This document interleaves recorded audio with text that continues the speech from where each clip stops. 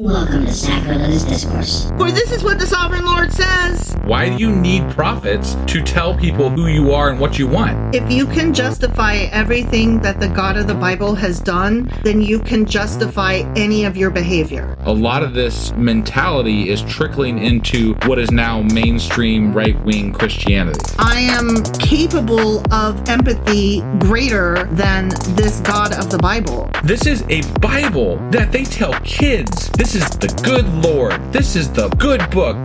He is fantasizing about murder, mass murder. Head over to sacrilegiousdiscourse.com right now to find out how to leave us a review or support us on Patreon. Husband, Wife. do you know what we're doing today? No. So we've already read ahead because we did our live and we read ahead. So I think we're doing 21 Q&A. Yeah. So, and it's not, wait, what is today? I've lost track of everything. I have no idea. Today is Thursday. So it's not going to be on a Saturday. Correct. So, yeah, that's the thing. Okay. So go ahead. What are we doing? Q&A, not on Saturday, because it's going to come out on Friday, being recorded on a Thursday. That's the one. Yeah, and I think that you ran into quite a few questions. I ran into so much that I was like, we cannot do 2 chapters. We have to do 1 chapter because what the actual fuck? Yeah. So the questions that we've come up against in Matthew have been a lot. Astronomical. And it's required a lot of research from wife. And we, this is what we do. We've been doing this for a long time, and wife is a trooper and does a great job. And I thank her for what she has done because it's a lot. Well, first of all, the New Testament we've discovered quotes profusely from the Old Testament. Yeah. So every single chapter, before I even start with the questions that we have, right, I have to go back and look up the quotes and try to determine where the quotes came from and what they were actually talking about, not what Matthew says Jesus says was talking about. Sure. Yeah. And it just occurred to me that if we can finish the second chapter by tomorrow, we could do our second Q&A on Saturday. We could. There's a possibility. Yeah, and there is a chance because chapter 22 was a little less meaty. Yeah. So there is that possibility. But for today, we are doing a Q&A over Little Maddie, chapter 21. All right, let's do this. Okie dokie.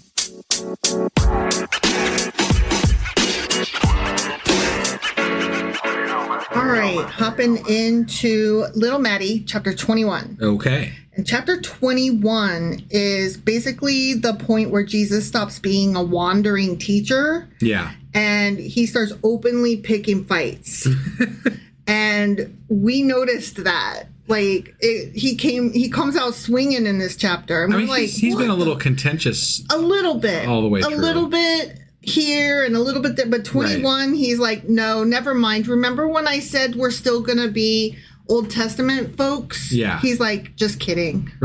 Right. Nope. We're not even pretending anymore. Yeah. This is all new. This is like a roller coaster ride, honestly. Yeah. It's all over the fucking place. Yeah. Up until chapter 21, it was just different Jewish people arguing about how best to interpret Jewish law. Yeah. And chapter 21 of Matthew is where he's like, you know what? I'm not sure all this Jewish law stuff is the way we need to go. It's honestly like we're reading 2 different books in Matthew. Yeah. Right? Like the beginning felt a little like apologetic towards the Old Testament, and now we're like, nah, fuck that shit. We're moving on. Yeah.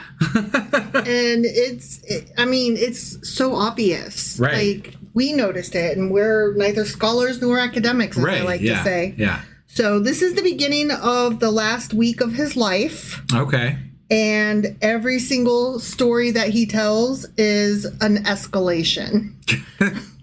Okay. I mean, we've said between us, like, oh, I could see why they wanted him gone. Yeah. And that was never more clear than in chapter 21. Well, I mean, based on the story that we're being given. Yeah. And let's be clear that these are stories that were being given by people who didn't necessarily witness this stuff. Right. So I take it for what it's worth, right?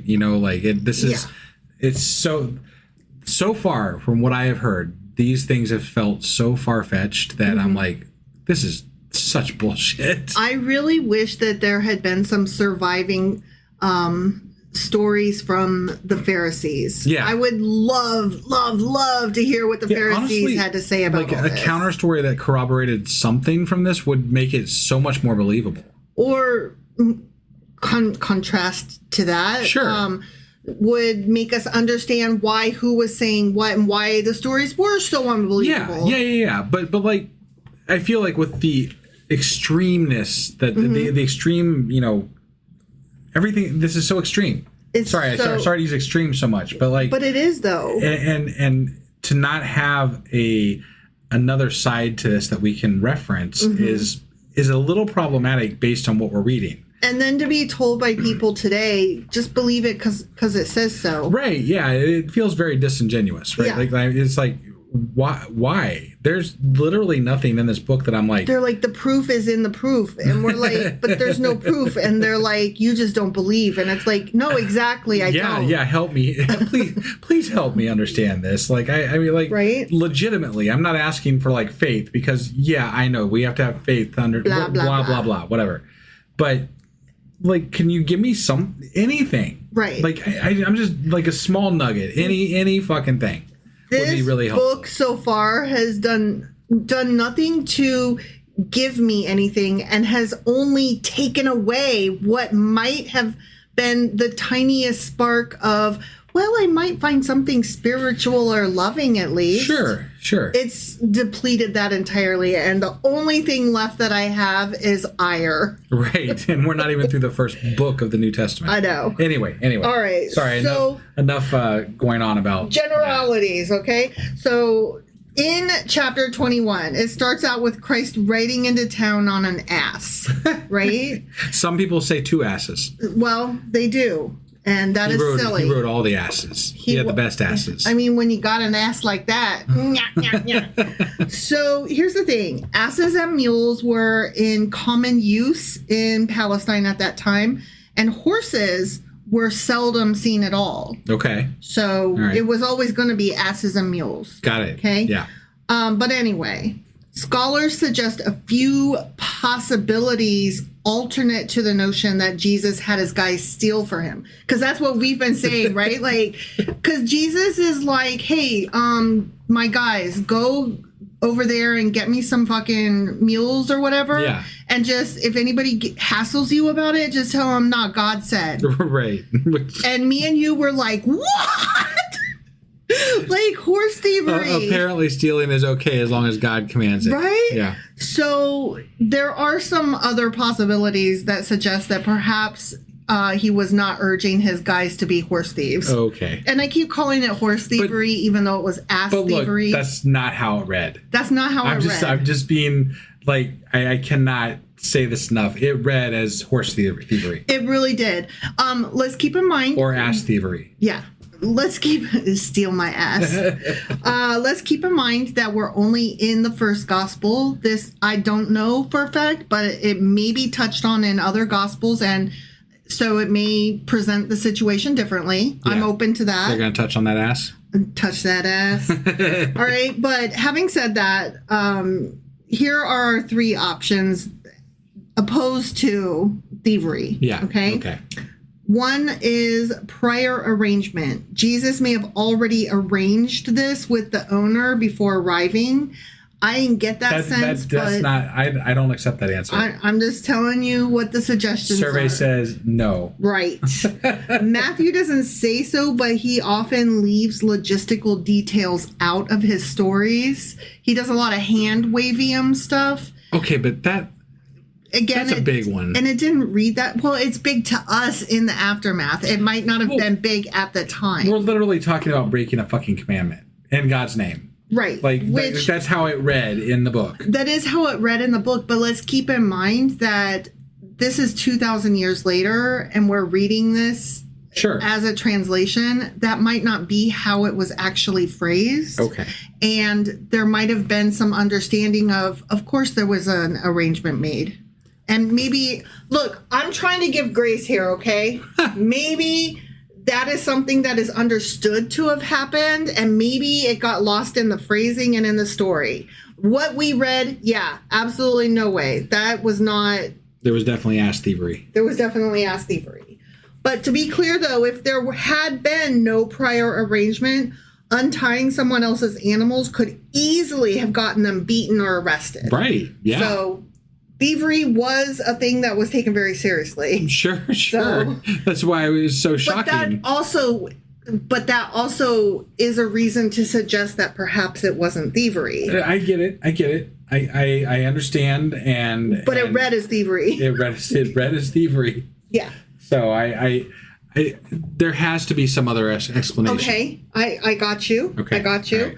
Option 2 could have been borrowing, because on the other hand, hospitality culture in Judea was much stronger back then and is still much stronger today than ours is. All right.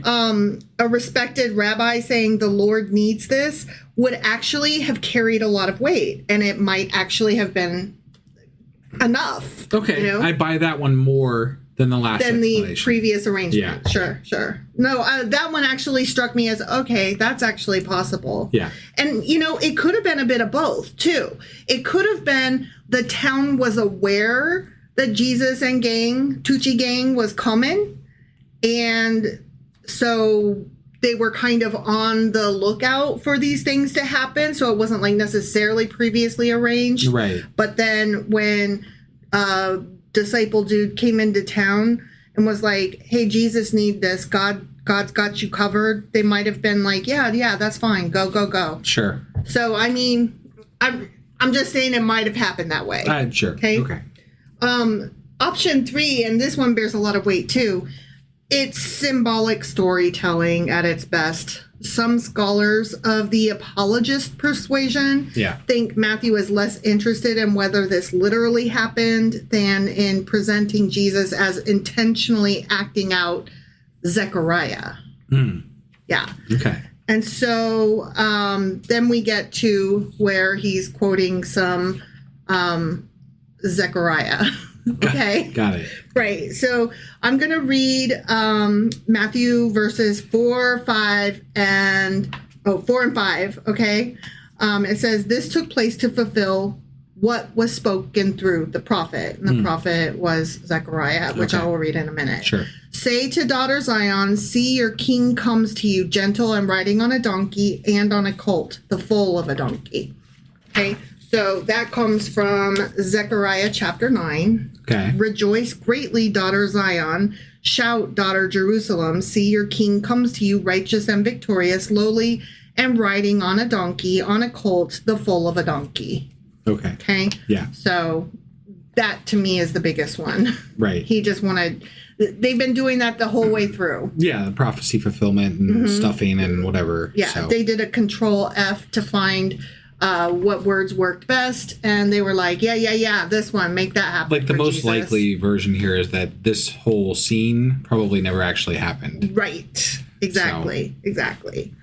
So Zechariah, though, is the thing. He wasn't talking about a Messiah arriving 500 years later when he was like doing his rejoice greatly thing. Yeah. He was talking about Israel after exile, and we know that because the chapter itself, when we read it, it describes the defeat of Israel's enemies, the restoration of Jerusalem. It describes peace, and it talks about a righteous king. Right, So, which was very prevalent to what was happening in that moment. Yes, it was originally addressing its own audience at that time, for that time. Yeah. Not talking about some Messiah that's going to come half a century later. Right. Well, and we'll find out as we go along that even the New Testament is talking about the near future when it's talking about prophecies and things like that. Generally, almost all the prophecies, when they're being written, are talking about a near-term prophecy, not something way off down the road. And I misspoke. I said a half century. That would only be 50 years. This is 500 years. Right. So half millennia. Half millennia. Yeah. Sorry. This, of course, though, is something that the New Testament writers do constantly. Well, yeah. If you have to, when prophecies aren't fulfilled the way you want them to make your religion work, you have to make them work some other way. Yeah. Right? And that's what prophecy stuffing is for, and that's what apologists are for. And Matthew apparently is the best at it. Right? And boy, I don't know if he's the best, but he is one. He's the one who does it the most. Anyways. Yeah. So then we move on to verse 7, and it says, they brought the donkey on the colt and placed their cloaks on them for Jesus to sit on. Let me just reread that because it matters for some of the phrasing. Okay. They brought the donkey on the colt and placed their cloaks on them for Jesus to sit on. Now, some early translations, including some copies of the Vulgate, which, if you'll recall, is the Latin translation, the earliest Latin translation. Yeah. Those read, instead of saying placed their cloaks upon them, the horse and donkey, reads upon him, meaning just the colt. Ah. Yeah. So not on two animals that he rode at the same time simultaneously, which makes the most sense, right? It does. And I kind of had a inkling that there was, like, that's why I kind of referenced the two, rode it on two donkeys thing. Yeah. Because it's a weird translation thing. Yeah. And it is most likely a translation issue where the Greek copy didn't get it right. Yeah. So this is most likely to be the true reading. Obviously, you don't imagine Jesus Christ, Lord and Savior, riding in on two donkeys. That's silly. It'd be a hell of a lot more fun, though. It would. Like, I kind of imagine him, like, standing, like, A-frame on it and, like woo! Like, skiing. Yeah. Like water skiing. Right, yeah. Yeah. I've got a whole image going in my head. Okay, but that would obviously be absurd. Right. So, but I like it. Absurd is way more fun. I mean, the Jesus that I would believe in would have to be absurd. Right. I feel like somebody should interpret the Bible in the most absurd way possible, and then just like go with, like, create a denomination that is based on the absurdness of the teachings of the Bible. Because absurdity. Yeah. Like, you call it the absurdity covenant or something, like, sure. And you just base everything on that, the most craziest interpretation you can from every part of the Bible. How ridiculous! Hold my beer. Right. Let's make this so fucking ridiculous. Yeah. Like, you don't even need to create new religion. You don't need Flying Spaghetti Monster. I love him. He's a great guy. Sure. But, like, we don't need him. We can do crazy right in the Bible. No, it's so true. It's so true. You know? So then we move on to verse 9, which reads, "The crowds that went ahead of him and those that followed shouted, 'Hosanna to the Son of David. Blessed is he who comes in the name of the Lord.'" And we were like, what's a Hosanna? Yeah. What was that? They just be shouting weird words, right? Right, yeah. And I've heard it before, but I didn't know what it meant. Sure. It's a Hebrew expression meaning save, which became an exclamation of praise. So they were saying save or save us to the Son of David. That comes from Psalm 118, verses 25 and 26. Okay. "Lord, save us. Lord, grant us success. Blessed is he who comes in the name of the Lord. From the house of the Lord we bless you." Okay. So even that was some more prophecy stuffing, sort of? Yeah. Or at least, just in the phrasing. Old Testament, making sure it fits certain things. Looky-loo. Right, yeah. We got this. It's all in there. It's over there. You got it. Now, by Jesus's day, the word Hosanna was no longer just like save us or save or be saved. Sure. It had become something along the lines of long live the king or God save the king, which, those are very British phrases. Yeah. Right? Right. So then that naturally leads to the next question, though. Who did the people shouting Hosanna want saving from? Right? Like, why are they shouting Hosanna, Hosanna? Like, are they saying God save you? Are they saying God save us? Like, what's happening? Well, I'm assuming based on the times, it's got to be the Romans, right? Exactly. Very good. Yeah. They were saying, save us from Rome. Many Jews expected a Messiah who would overthrow Rome, restore David's kingdom, and free Israel politically. So they were saying, God save you from the Roman leaders, and God save us from the Roman people that are taking over us or whatever. That didn't happen. Right. I'm just sorry. Whatever. It's true. By shouting "Son of David" as part of the Hosanna Save Us thing, they were acknowledging royalty. They were acknowledging his royalty, and they're basically welcoming what they think might be a revolutionary king. So they're saying, "Hosanna, Son of David."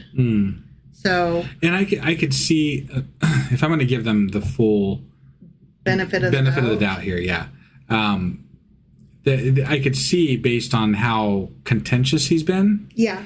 Possibly he could be seen that way, but literally all he's doing is going over to die, and then the Romans are still going to be in charge. I know from history. Yeah. So like it really seems to have backfired. It didn't work out for them. This did not go the way they had planned. He did not save them from Rome. Right. And he did not save himself from Rome. In fact, again, based on history, the Romans are the ones that really kind of prop up Christianity in the end. Yeah. That's why we're dealing with Christianity today is because of fucking Rome. Thanks, Rome. But I mean that's so counter to what this message is. Exactly. Which is it's just so weird. It's all baffling. It really confusing. is. It really is. Yeah. So then we get to the part where Jesus cleanses the temple, right? The table throwing incident. Yeah. Okay. That's what we call throwing a temper tantrum, cleansing. Yes. Yes. So the next time I throw shit everywhere, I'm gonna be like, I was just cleansing, darling. I was just cleansing. This is just a cleanse. Yeah. I mean, I cleanse things all the time, right? All right. So verse 13 reads, "It is written," he said to them, "My house will be called a house of prayer, but you are making it a, quote, den of robbers." Okay. So I have a lot to say about this, but we're going to start with, what do you mean it is written? That's where we always start. Yeah. Where'd you get this from? Absolutely. That comes from Isaiah chapter 56, verses 6 and 7. And those read, "And foreigners who bind themselves to the Lord to minister to him, to love the name of the Lord, and to be his servants, all who keep the Sabbath without desecrating it, and who hold fast to my covenant." I know, right? Yeah. "These I will bring to my holy mountain and give them joy in my house of prayer. Okay. Their burnt offerings and sacrifices will be accepted on my altar, for my house will be called a house of prayer for all nations." They're literally referencing a statement that says to keep the Sabbath, which is something that Jesus specifically didn't do. And said, "I don't have to if I don't want to." Right. Which, it feels like every time we learn something about what he's doing and what he's saying, he's wrong. Well, it feels like he's just throwing all the things into the wind and saying, wherever this fucking lands, I don't give a shit, but whatever, here we are. Yeah. This is just like, it's too much. It's too much. He's really not very good at following Jewish law, it turns out. No, and you know what? I think maybe he was just a little bit ignorant. Yeah. I'm just it almost feels like he's like, well, I don't give a shit. I'm going to do things my way. So and then this when is how people were go. like, "You're not though," he's like, I'm the son of God though. Right. And then they're like, "I'm sorry, what?" No, okay. We've referenced this before. How we feel like he's a little bit like Trump, right? Mm-hmm. And this really does feel like he just keeps upping the fucking. He just keeps doubling down. Yeah. He's like, fuck it. I'm the son of God. Fuck it. We're not going to do this. We're not going to do whatever. This is the way things are going to go. I'm going to take down the leader of Venezuela just because I can. I'm the son of God. What? But it does. It's yeah. Yeah. The other part of that comes from Jeremiah chapter 7, verses 9, 10, and 11. Yeah. Will you steal and murder, commit adultery and perjury, which could also be translated as swear by false gods, Sure. burn incense to Baal and follow other gods you have not known, and then come and stand before me in this house which bears my name and say, we are safe to do all these detestable things? Has this house which bears my name become a den of robbers to you? But I've been watching, declares the Lord. So that's where that phrase But comes from. and that's fair. But except that the den of robbers was not burning incense to Baal. They were literally just selling shit. Well, They were selling like whatever. They were selling things that were related to God. It was just like, but that obviously Jesus didn't like that. well, let me stop you before you Okay, get ahead all of right. yourself. Yeah. Because actually, the marketing in the temple itself wasn't the problem, Okay. which we thought it was. Right. We thought it was the selling of things I mean, was that's the problem. kind of how I took it. But yeah, okay. Well, apparently this parable often gets misunderstood, and we misunderstood it. Oh, okay. Yeah. The adapting that Jesus hated commerce and that he particularly hated it happening in the temple is probably not the case. Okay. Okay. Because the temple needed money changers very badly. People came from across the empire with Roman coins bearing pagan imagery. Temple taxes required special coinage. Animal sellers were also necessary because you couldn't just haul sacrificial sheep and other sacrificial animals hundreds of miles. So they needed money lenders and money changers. They needed all the coins, okay?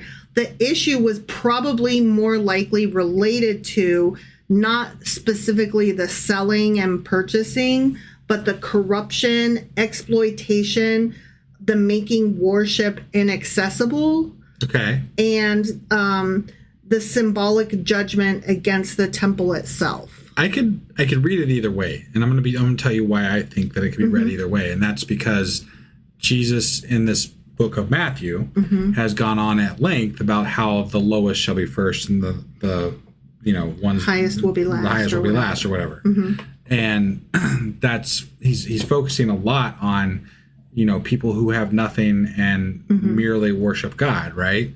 And so if we're to take that as it stands and how it's intended, I guess, it would still mean to me that he wouldn't be for the selling in the temple, because like you don't need money to worship God according to Jesus, in his own words, at some Right. level, right? No, I get that. You forgo all earthly things in order to be the lowest and get into God's good grace. And so money is not needed. Like we even commented at one point where it seems like, based on what Jesus is teaching, we should be humans, that is, Christians, should be in not churches, but like outdoor arenas, because if you are truly trying to worship your God, you would be foregoing all the niceties and wonderfulness of all Right. these material things. Because you should be giving up all of your riches. Right. Now, I can see how like prosperity gospel people would want to read it very much like you just described, but I don't think that's the only way to read that. No, in my totally. opinion. In my opinion. No, I'm just letting you know what Sure. scholars have put forth as. No, and I think that's a fair way to reinterpret what it is in order to allow for there still to be commerce done with regard to God. Because the truth is that if you want to have churches and all the things that you need in order to establish a religion, you're going to need that money. So they had to find a way around it. They did, and there it is. Well, okay, I see what you're saying, but the fact is that Rome at the time was kind of a hub, a crossroads of many different civilizations. Sure. So there did need to be a way to exchange money. But not necessarily in order to worship God. Right. That's all I'm saying. No, I hear you. I think that they're just trying to say that Jesus wasn't necessarily against the market itself, but what was happening in the market. Right. But the market was at a temple, though, right? Mm-hmm. Okay. Well, and that was my only contention, is that it could have been done somewhere other than the temple. But it really couldn't have, because the temple, and we've covered this in Q&As in the past, the temple was not just solely for worship. It was for worship. That's why it was built, but it was also the community center. It was where they did education, and it was where they had their little like book clubs or what the fuck ever. Like, sure. Everything they could have put up some tents on the outskirts, you know? I mean, well, whatever. sure. But it still would have been temple adjacent. Sure. At best. Okay. So I'm just saying that to say that it could have been not the temple, I'm going to push back, because the temple was the community center, and it's where they all came. Right. But I mean, okay. We don't need to go on about that in detail, but I feel like there's definitely different ways to interpret that. That's all. Absolutely. Yeah. So moving on, we come to verse 16. Do you hear what these children are saying? They asked him. Yes, replied Jesus. Have you never read, from the lips of children and infants, you, Lord, have called forth your praise? And then that comes from Psalm 8, verse 2. Through the praise of children and infants, you have established a stronghold against your enemies, to silence the foe and the avenger. That's all I'm going to say about that. Sure, okay. Just more prophecy stuff and nonsense. Referring to something else. Jesus loves the little children, etc. Yeah. Except when he kills them and stuff. Yeah. That's all. So then we get to the fucking fig tree. And I vaguely remember this. There is nothing that this is where he withers it, right? Yes. Yeah. Okay. I could read books and books and books about this, and I would still never be convinced that it was anything other than Jesus throwing a temper tantrum. Right, yeah. But having said that, I don't typically do this because I don't like spoilers. Yeah. But apparently this event in particular does get covered again in one of the other Gospels. Okay. And I believe it's Mark. And he says that it wasn't even the correct season for the fig tree to blossom. So this was all a symbolic temper tantrum, not an actual, because the thing wasn't going to ever be able to give him the fruit he wanted. Okay. You know what I'm saying? I guess. It was symbolic because he wasn't actually talking about the fruit tree itself. He was talking about the people. Israelites. Yes. Right, and I got that aspect of it too, but it was just... Like but it still felt... You killed a fucking fig tree because you was hungry and then you was mad. Right, and if we're talking symbolism, right, he's talking about killing the Israelites. Yeah. Or fucking at least making them worse off. I know that's the way some Christians take it. Right. Your more anti-Semitic ones are like, I'll take that bet. Like, I'll take up that challenge. Right. And it was an ugly scene. It was very in my ugly. opinion. Yeah. And at the very best, he was throwing a temper tantrum because he was hungry and the fig tree pissed him off by not having fruit, right? That's the best case scenario. Right, yeah. Worst case, he was using it symbolically to suggest that don't piss me off because I will kill you. Yeah. And you will not just be dead, but your entire people will not be able to produce any more fucking fruit, which is, children. Well, yeah. And let me ask this. Like, all through the Old Testament, we had time and time again where God tells the Israelites that they are his chosen people. They will be there in the end, whatever, Yeah. He had his temper tantrums, but Yahweh, the Israelites, you're saying. Yahweh, yeah. But Yahweh would lessen, like the Israelites would come back around, he'd forgive them again, he'd have another temper tantrum. There was a cycle through the whole Old Testament. Right? Yeah, I mean, that's basically what it was about. The people pissing him off, but God always saying, but you're still my people. Sure. You're still my chosen people. But there was never a time where he was like, nah, fuck y'all, I'm just done with you. I mean, he did drown the entire planet. That was a big fuck y'all. There weren't many times where he was like, fuck y'all. He always had his remnant, though. Yeah, he always had his remnant. Even if it was only 8 people. Always. He always had his remnant. Right? And now we get to the New Testament where Jesus is going to forgive us all somehow by dying and coming back to life or whatever, right? I guess we're not there yet. Hypothetically, down in another week. Yeah. So we got another few chapters, but yeah. But apparently the Israelites just aren't invited. Yeah.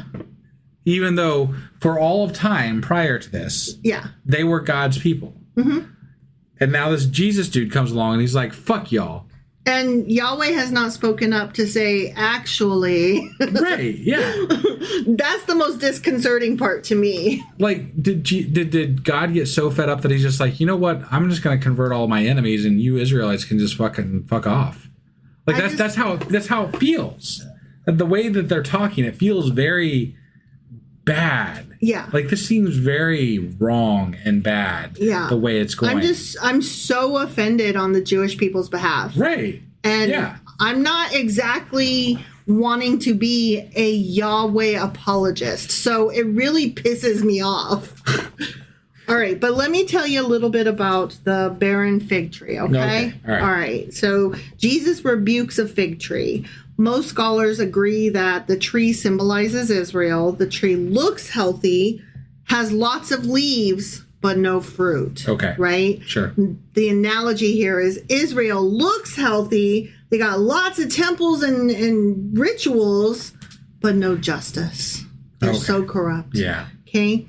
If Jesus wanted to demonstrate divine power, making figs appear on the tree would have fit his earlier miracles much better, because that was one of the questions that we asked was, hold on, why did he kill the fucking tree? If he was like hungry, why didn't he just make the tree bear fruit? Yeah, this motherfucker fed how many people with like 2 loaves of bread or something? Right? Going back to the Old Testament, the people were hungry and Yahweh either made manna rain on them or he threw fucking birds at them. But now, instead, Jesus is like, fuck you, fuck your children, and fuck this tree. Right, yeah. It's very weird. It is. Instead, he destroys the tree altogether, much the way Christianity destroys all the old laws and traditions in the creation of this new cult. Yeah. Yeah. That's exactly what it feels like. Like, we've been saying that in almost every chapter of Matthew, but chapter 21 with this fucking fig tree right here, this is the breakaway point. Yeah. This is the point at which this Jewish sect that was just one of many is no longer Jewish. It's really making its own power play. And it's really saying, if we're still Jewish, we're not that kind of Jewish. Right. We're a different kind of Jewish. You're either with us or not. Yeah. Period. And it's a little frightening. It is. Like, this is a very, like, the statements that are being made in this book are very strong statements. Mm-hmm. And with regard to what we know about the Old Testament, they're beyond anything that could have been conceived during earlier Israelite times, right? Like, this all goes well beyond any beliefs that they held hundreds of years prior to this time frame.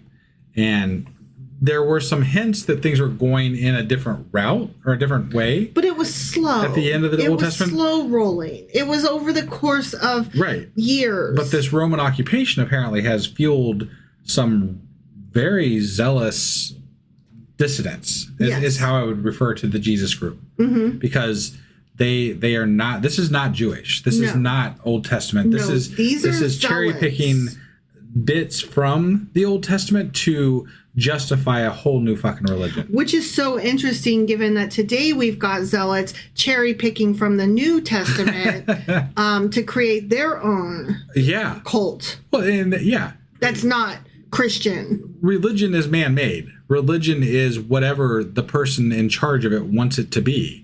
And more than that, like, we even have the Catholics in this country. The Pope doesn't. There's Catholics that are like, the Pope doesn't represent me. Or like, the Pope is you. Yeah. Like, what do you mean the Pope doesn't represent you? Yeah. The way your whole fucking religious denomination is set up is that the Pope is what you are. You are, the Pope is the Pope, for God's sakes. Right? Like you can't unpope the Pope. Even I would be a little tongue-tied in his presence, if I'm being honest, because of the years of history and academia, even within those years of history that he represents. Right. But we have, like, there's been so many times where in the past hundreds of years or whatever that denominations have split from each other. And in fact, you know, a lot of the reason that the United States is what it is, Trump notwithstanding, you know, is because of religious splits, because of things that happened,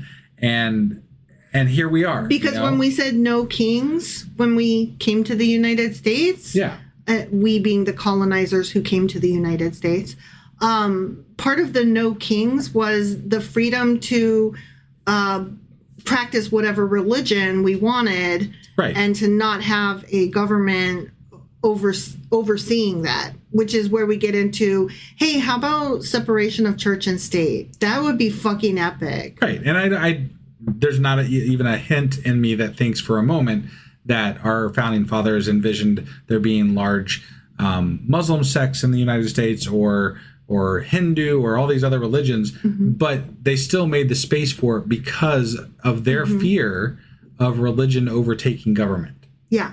And or of government using religion and declaring religion onto others. Yeah. And I think that is a very fair point of view, especially given where we are at right now in this country. I definitely think they are rolling in their graves. I can say that. Many of them. Sure. Maybe not all of them, but I think quite a few of them. Yeah. So then we move on to verse 21. Okay. Jesus replied, "Truly I tell you, if you have faith and do not doubt, not only can you do what was done to the fig tree, but also you can say to this mountain, go, throw yourself into the sea, and it will be done." And me and you were like, I'm done. Actually, that was just me. This is too much. Like, how he rebuked the fig tree and cursed it into no longer being able to produce fruit, wither up and die, was through the power of prayer. Sure. And according to Jesus, not because he's God or God adjacent. Right. But it's just the power that everybody has that power. Sure. Don't you know? He's like, it just takes faith. Because you got to have faith, faith. Can move mountains. Yeah. That's the thing, That's literally where that comes from. Yeah. Right. And then, the disciples were like, whoa, how the fuck? And he was like, oh, you're so annoying that you even have to ask. Ooh. Like, Jesus is so put upon. I mean, if he wasn't saying absurd things all the time, they wouldn't have to ask maybe. Right? So. Yeah.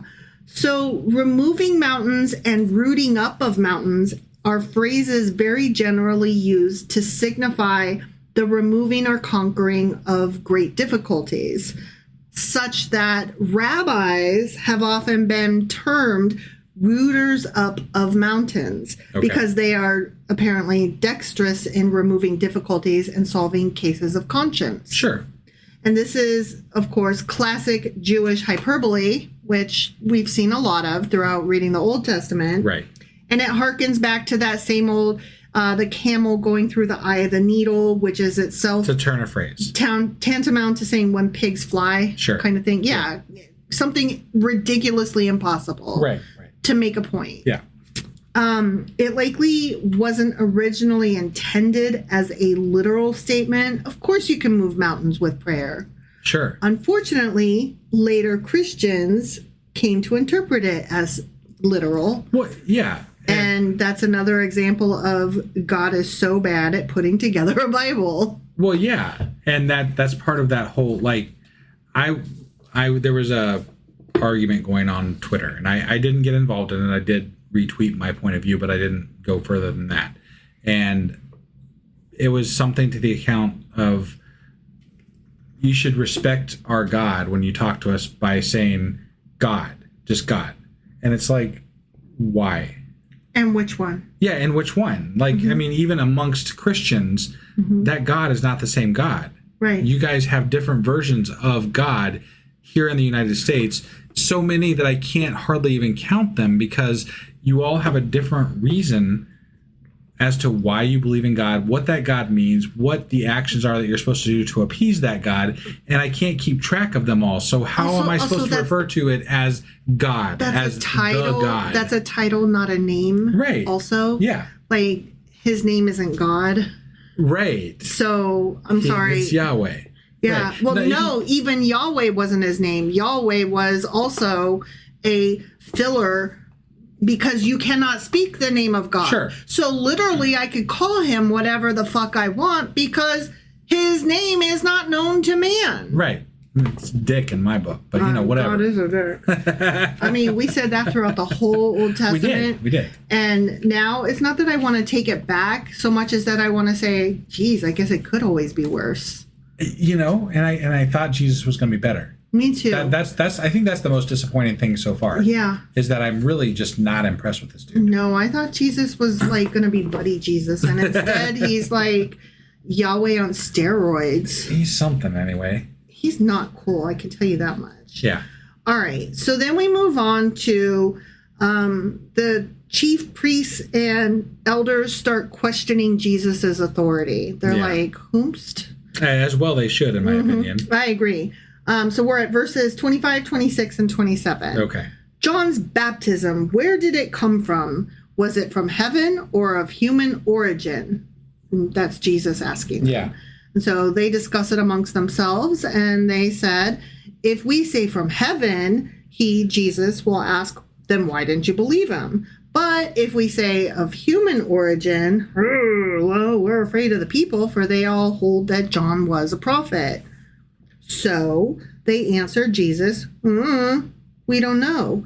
Then Jesus said, then neither will I tell you by what authority I am doing these things. And that seemed so fucking petty. It was so like, nah. You didn't answer my question, so I'm not going to answer your question, even though you asked your question first. And that's another, Jesus has been very petty throughout this book. Very fucking petty. Yeah.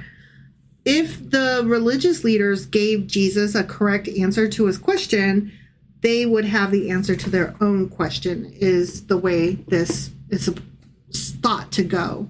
Oh, so okay. Jesus's question concerned the authority of John the Baptist. If they acknowledged that John the Baptist was sent by God, they were likewise acknowledging that Jesus also was sent by God. Because if they're like, if they're saying that God sent John, well, John was saying, hey, I'm just here to clear the way for Jesus. Yeah. So if you're on board with the one, you have to be on board with the other. I see. So this was a political... Oh, yeah, totally. Gotcha. Totally political gotcha. Right. Because John's message was to announce the arrival of Jesus as God's chosen Messiah. And they had already, before John died, he and Jesus had both already made that very clear publicly. Yeah. That was part of... remember when John was in jail and he sent his disciples to go ask Jesus, you're not invading Rome or anything? Are you really the Messiah? And then Jesus was like, I'm totally the Messiah, but yo, John is so fucking epic. Remember he was saying all that? Yeah, that's what that was all about. That was them doing their handshake across the distance. Right. I got you, you got me, right? Yeah. And so which is weird, because that interaction specifically makes me think that John wasn't necessarily 100% on board with Jesus until Jesus pumped him up. Yes. And Jesus had no choice but to pump him up so that he could get the recognition of being the Son of God. Exactly. Which is what he wants, I guess. Yes. And because John had a lot of pull. Yes. Obviously, because even in jail, he was not killed until the king, I forget his name, Herod, one of the bad guys. Yeah. Until his wife girlfriend, lover, niece. Daughter or something. It was his whatever. niece, his great niece or something like that. Yeah, he was definitely fucking his niece. Until she was like, oh, John is always talking about how I'm your niece, and that is like so embarrassing. Not the fact that I am your niece, but the fact that he keeps pointing it out publicly. Right. Like, what's with a little incest? I don't understand why it's so bad. So could you bring me his head on a platter? Yeah. And then John did that. Yeah. So John was on a friendly relationship with that king. It Sure. wasn't until the girlfriend, niece, wife person called for his death that he died. Right. So Creating a martyr, creating this whole scenario. yeah. Right. So, I mean, we could actually blame John the motherfucking Baptist for some of this problem. Sure. Anyway, if these Pharisees and whoever else, Sadducees. I don't think it was the Sadducees here. Oh, okay. At the very least, it's the Pharisees. Right. If they denied that John was sent by God, they could expect trouble from the crowds because most of the people at that time still held John in very high esteem. Got it. So, they had a lot of them been baptized by John. I feel like John was more popular than Jesus. John was more popular than Jesus. And then they backfilled the popularity of Jesus after Jesus died. Yes. With help from John's image. Yes. So exactly. Because the way that John reads, like John the Baptist in the Bible, in this book, it reads very weird. It does. Like it's not like we didn't completely understand until after reading multiple accounts and Q&As with regard to why this is important. Who even is John? What the fuck is a John? What's a Baptist? What's happening right now? But I feel like it's one of those you had to have been there because he's obviously way more important than we're being led to believe. Yes. With regard to how this whole story comes out. Well, right? we didn't even understand what his death meant. We had to do the Q&A to find out that why it mattered and why it was a big deal and how that all came about historically. Yeah. Yeah. But I feel like he was probably one of the biggest proponents of pushing Jesus to where Jesus is. Yeah. Thanks, John. Even in his death. In his death. Yeah. So then we get the parable of the man and his two sons. Okay. This is where we get, several parables, right? Sure. When the leaders answered, rather than committing to an actual answer regarding John, Jesus tells a story to rebuke them once more for their refusal to repent. Story time. Yeah. So he gives a parable, and the parable is ultimately about deeds versus appearances. Yeah. Okay. So he likened the sinners, such as tax collectors and prostitutes, to a son who at first disobeyed his father, but then later changed his mind. Like, remember the question was, hey, go work in my field. Yeah. And the first one said no. And then changed his mind, was like, all right, I guess I'll, go work. Sure. Whatever. So that's supposed to represent sinners such as tax collectors and prostitutes. The obvious sinners eventually repented of their wrongdoing, and they got to enter God's kingdom. Even if it was just at the last minute. Right. They still repented. Which is problematic for us. Yes, whatever. Very problematic. But the other son was like, yeah, okay, I'll get to it, and then never did. Right. And he likened the Pharisees to the other son. The Pharisees are, according to Jesus, people who pretend to be obedient, but in fact do not obey. And the Pharisees are supposedly respectable leaders. They claim to be obedient to God, but they refuse to obey John's call to repentance. But how much credence can we give to the words of somebody who obviously hates these people so much? He paints them as mustache-twirling villains. Right. Like, Jesus really has it out for the Pharisees and has it out for... Let's rephrase that. According to the book of Matthew, written by Matthew and or followers of Matthew. Which in context and historically, there are some events that happen after Jesus' death that kind of make probably the tone of this a lot stronger than what it would have been if those events hadn't happened. Right.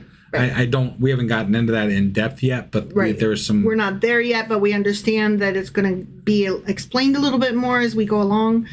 But Yeah, according to the book of Matthew, Jesus was like really not for the Pharisees. Right. And he's like, they're evil. Yeah. And it's like, nah, dog. Yeah. They're just Jewish guys going Right. about their Judaism and doing their Jewish things. Yeah. They're just asking you questions like Jewish leaders still do today. Right. Not a big deal. Sure. You're an asshole. All right. So then we get to verses 33, 34, and 35. Okay. Okay. And this is the parable of the vineyard. Okay. That was rented out to the wicked servants. Remember? Yes, and they killed people that. Go ahead. Okay, I vaguely remember, I think. Okay, so he says, listen to another parable. There was a landowner who planted a vineyard. He put a wall around it, dug a wine press in it, and built a watchtower. That's right. Then he rented the vineyard to some farmers, and he moved away to another place. Yeah. When harvest time approached, he sent his servants to the tenants to collect his fruit. The tenants seized his servants. They beat one, killed another, and stoned a third. And remember, we were like, what the fuck? That escalated quickly out of nowhere. Yeah. So, okay, I've got a little cheat code here, okay? Okay. So, the landowner, the guy who planted the vines, that's God, okay? Okay. And the family that, let's see, landowner, the family is the Jewish nation. Okay. The family that rented it, or that. Okay. Yeah. So they're the ones that are going to beat the people that they. Yeah. Okay. Yeah. All right. The vineyard itself is the city of Jerusalem. Okay. Sure. The fence that he builds around the vineyard, that's divine protection. Okay. Okay. The wine press that he built, that's the law and the sacrificial rites. Okay. Okay. Sure. The tower that he built, because, he built a watchtower for it. Yeah. That's the temple in which the divine presence was manifested. Okay. Okay. The servants, the ones that he sends to take up the fruit of his own vineyard that he planted. Sure. Those are the priests and the doctors of the law. Okay. And the fact that they went from home, he's saying that he entrusted the cultivation of the vineyard to the priests with the utmost confidence, as a man would do who had the most trusty servants, and he was obliged to absent himself from home for a certain time. Okay. And I'm like, why God gotta leave? And then when he came back to try to take it, they were like, fuck you, and then killed the servants and stuff. And his son eventually, too. Right. But I'm like, why God leave? Right, yeah. Where do you go? Where do you go? All the other planets? Like, what's he doing? Was he in Jamaica? I'm guessing that he knew NASA would be built, and he was like, fuck me, I gotta go visit these other planets right quick. Yeah. That's what I think. Okay. God was out. He had some universal tidying up to do. He had drops of Jupiter in his hair. Yeah. All right. So, okay. We will reference here Isaiah chapter 5. Okay. First several verses. Sure. I will sing for the one I love a song about his vineyard. My loved one had a vineyard on a fertile hillside. He dug it up and cleared it of stones. God, right? Yeah. He did that. Sure. And planted it with the choicest vines. His people, right? Right. Yeah. You know how he always be planting his people. Yeah. He built a watchtower in it and cut out a wine press as well. Oh my God. Right. They're literally stealing the story to. Yes. They stole a story to make a story, to reference a story. I got it. Yeah.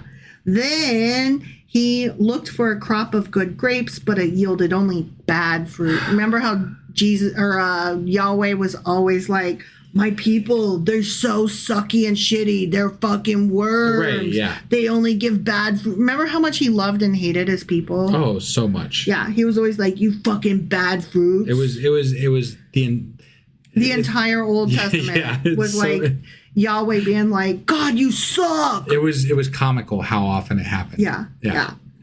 Okay. Now he says, now you dwellers in Jerusalem and people of Judah, judge between me and my vineyard. what more could have been done for my vineyard than I have done for it? So, God, we're still in Isaiah. Sure. Is saying, what else could I have done for these fucks? I mean, They're always turning away from me. You could have shown up. Right? Showing up would have been cool. When I looked for the good grapes, why did it yield only bad? I don't know, God, why? He God. seems like a pretty bad dad, He's he's not father. a good, yeah. Now I will tell you what I am going to do to my vineyard. I will take away its hedge, and it will be destroyed, because killing is better than growing, I guess. Right. I will break down its wall, and it will be trampled. He's so mean. Yeah, rehabilitation's right out. Right out. Yeah. I will make it a wasteland, says Yahweh. Mm-hmm. Neither pruned nor cultivated, and briars and thorns will grow there. I will command the clouds not to rain on it. So again, I, God, supreme being, all powerful, will throw a fucking temper tantrum and kill my entire nation of people because they didn't worship me the right way. Yeah. The vineyard of the Lord Almighty is the nation of Israel, and the people of Judah are the vines he delighted in. See, in the Old Testament, they explained the parable to you. They didn't just leave you to figure it out. And he looked for justice, but saw bloodshed. He looked for righteousness, but heard cries of distress. So that's where that came from. Okay. Yeah. Yeah. This time they didn't even say, as you have read, or recall that you have read. Well, and that's another thing that bothers me. Like all this stuff from Jesus, none of it's like original shit. He's just regurgitating shit from the Old Testament and then, rebranding it as his own. He's like, my dad said, well, did you hear about the time that my dad, do you know who my father is? Right. I'm just like, ugh. Yeah. Nobody likes that kid. Go away. Right. All right, so then we move on. We're back in Matthew, little Maddie, chapter 21, and we are at verses 36, 37, and 38. Okay. Then he sent other servants to them, more than the first time, and the tenants treated them the same fucking way. By killing them. Yeah. Okay. All right. Last of all, he sent his son to them. Jesus. Yeah. They'll respect my son, he said. But when the tenants saw the son, they said to each other, this is the heir. Come, let's kill him and take his inheritance. Because that's what people do. That's not been stated that's not even what's going on. Right. Even within the construct of this story. Right. That's not how this is being told. At all. That's not, they're not trying to take his shit. No. They're not. They're just asking questions. And they're asking him, could you calm your tits, please, my good sir? Right, yeah. Because everything that you're doing is anti-Yahweh, and we don't really care for it. I feel like this guy was a little, angry at the world, At least the way he's being portrayed. Yeah. Matthew does a bad job of painting a picture of a guy I want to follow. I can tell you that much. So all of that stuff, though, alludes to the conspiracies that were already then forming in the councils of the Jewish elders and the chief priests against the life of Jesus, which they have said a couple times that they're like, we got to get rid of this guy. Well, yeah. Okay. I don't know what was happening specifically, but if he really was garnering a large following and being as problematic as he seems to be, I could see how he would be a problem. And we've said this before. We can see why they were like, this is bad. Right. He is being very, he's shaking shit up. He got to go. Right. And I don't think they, it's not worth killing somebody over. I don't think that he should have been put up on a cross and whatever. Right. But I can understand their dislike of this guy. Mm-hmm. Right. He's antagonistic. Yeah. He's just not good. He's not good. Right. All right. So bringing this home, we're at verses 39 and 40. So they took him and threw him out of the vineyard and killed him. Therefore, when the owner of the vineyard comes, what will he do to those tenants? So Jesus is like, what do you think God's going to do to you? Right? Because, you guys are killing everything and taking everything. And I know that you're trying to kill me. I know that you're already plotting my death, and what do you think is going to happen to you? But it's funny, though, because, like, what we always are to understand about Christianity is that forgiveness, right? Forgiveness is this big thing. And yet we're sitting here talking about destruction. Yeah. Destruction of the Jewish people. Destruction of just the Pharisees, beliefs that they have and everything. Like, this is all about destroying what was built over thousands of years and rebuilding something completely different. Right. Yep. And I understand how that can be appealing to people in a way that they're part of this new group, they're part of this new crowd and whatever. But let's just not pretend like this is anything. This is not a continuous thread from the Old Testament. This is wiping away the Old Testament and saying fuck you to that old book and then moving on and creating something completely different while trying to pretend like it's part of that. Right. I'm not happy about it. Right. This parable pictures Israel as a vineyard. Yeah. Right. God is the owner of the vineyard, which obviously we know. Right. And the Jewish religious leaders are the tenants who were supposed to look after the vineyard. Sure. Just as the tenants beat and killed the servants whom the owner sent to them, so Israel's leaders persecuted and killed God's messengers, from Old Testament prophets through John the Baptist. Okay. Jesus it was a Roman king that killed John the Baptist. So it wasn't even the Jewish people. Whatever. God's messengers. Whatever. His messengers were killed. I don't care. Okay.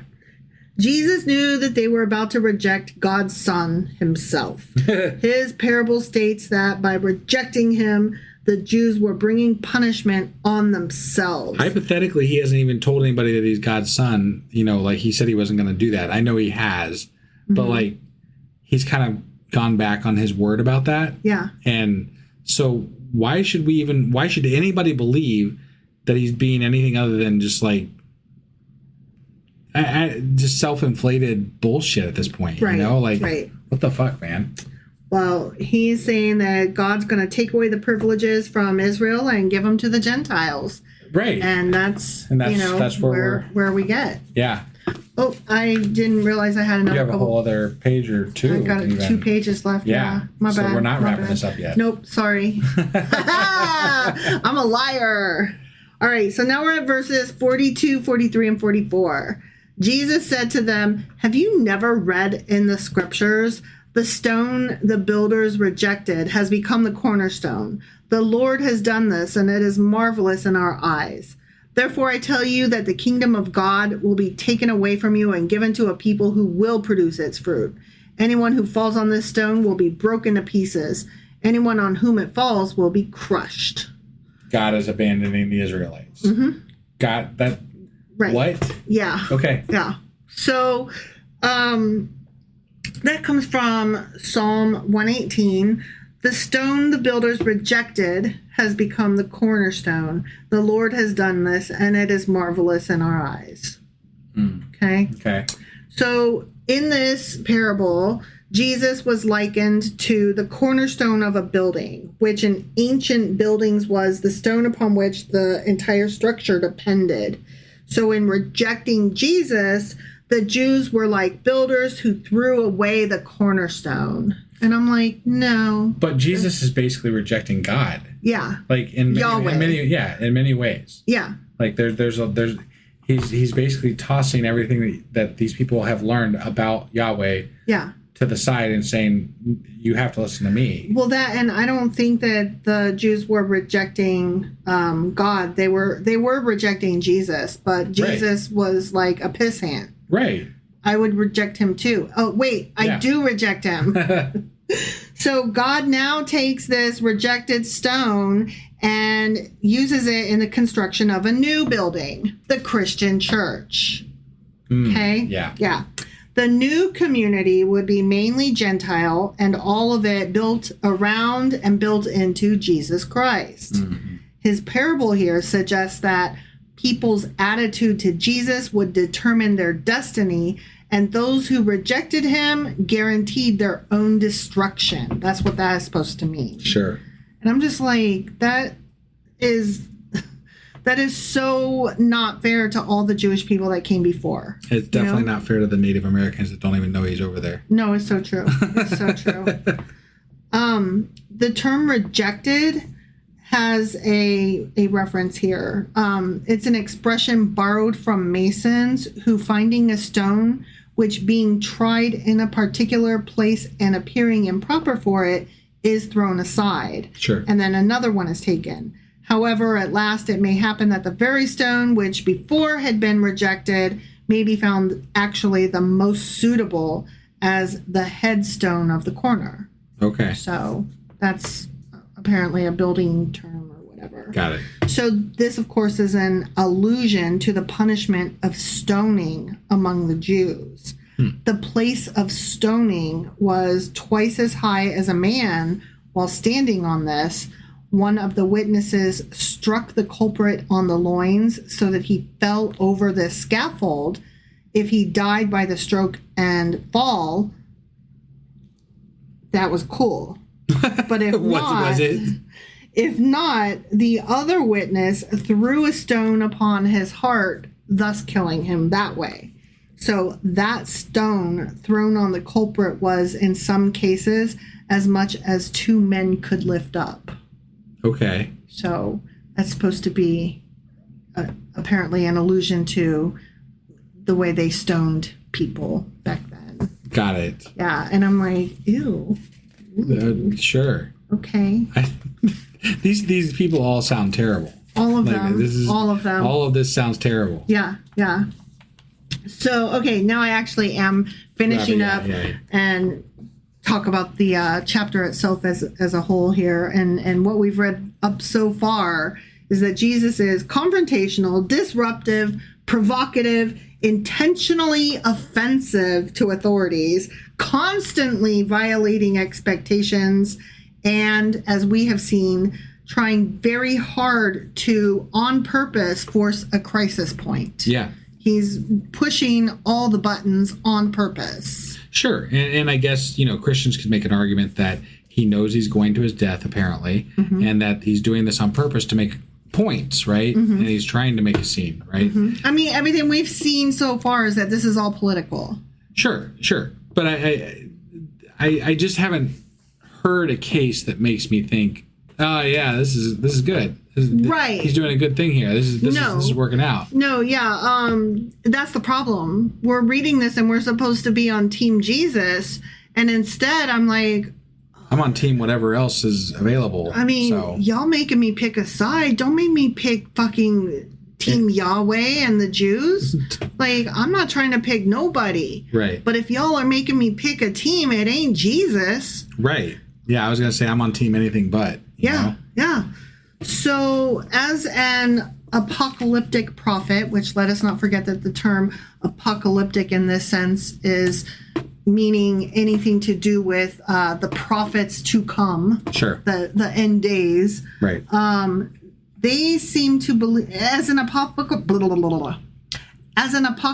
prophet who seems to believe that God's kingdom is breaking into history right this very second. Okay. He's like, this is happening any minute now, which they always have been, right? Right. Ordinary social conventions, in Jesus's opinion, become secondary, which can help explain his ridiculous, over-the-top behavior. But from the perspective of many Pharisees, he's an unauthorized teacher, attracting crowds, challenging respected leaders, making provocative symbolic gestures in the temple, throwing the tables and stuff, right, and encouraging messianic expectations while Judea is under Roman occupation. Right? Which is all very politically explosive. Oh, absolutely. And he's like, well, yeah, but, this is happening any minute. I don't have a choice but to be cuckoo beans. Yeah. I don't have any choice but, if he actually believes what he's saying, it makes sense to him. Sure.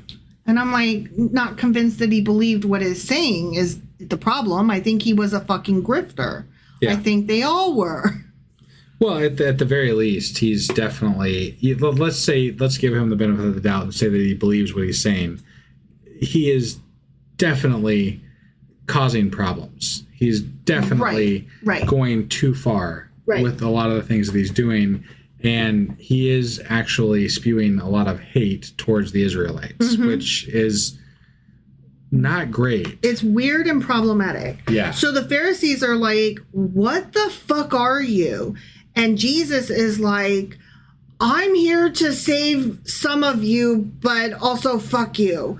So from the perspective of his followers, Jesus is courageously confronting hypocrisy. Sure. But it's really easy to read the book of Matthew and understand why the authorities were alarmed. You know, I mean, no, absolutely. They were like, what?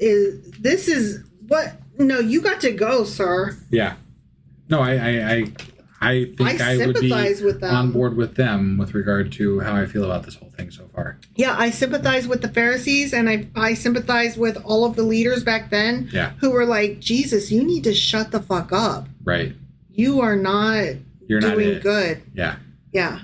All right. Well, that was our Q&A for Matthew chapter 21. Yes. And that one single chapter. Yeah. And we're going to try to be back tomorrow, probably, hopefully. Yes. With Little Maddie, chapter 22. Q&A. And it might be, if it is tomorrow, it'll be on a Saturday. That's true. Yeah. So it would be a Q&A Saturday, but we'll see what happens. Right. All right. Well, we'll see you then. Okay. Bye.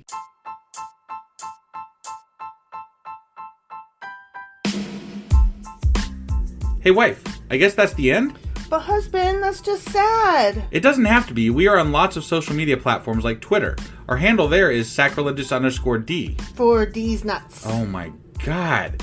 Stop doing that. Anyway, we're also on Facebook, Instagram, and Pinterest. There's a link to all of our social media sites at our website. Ooh, we have a website? Yeah, it's sacrilegiousdiscourse.com, where you can also find a link to our merch shop.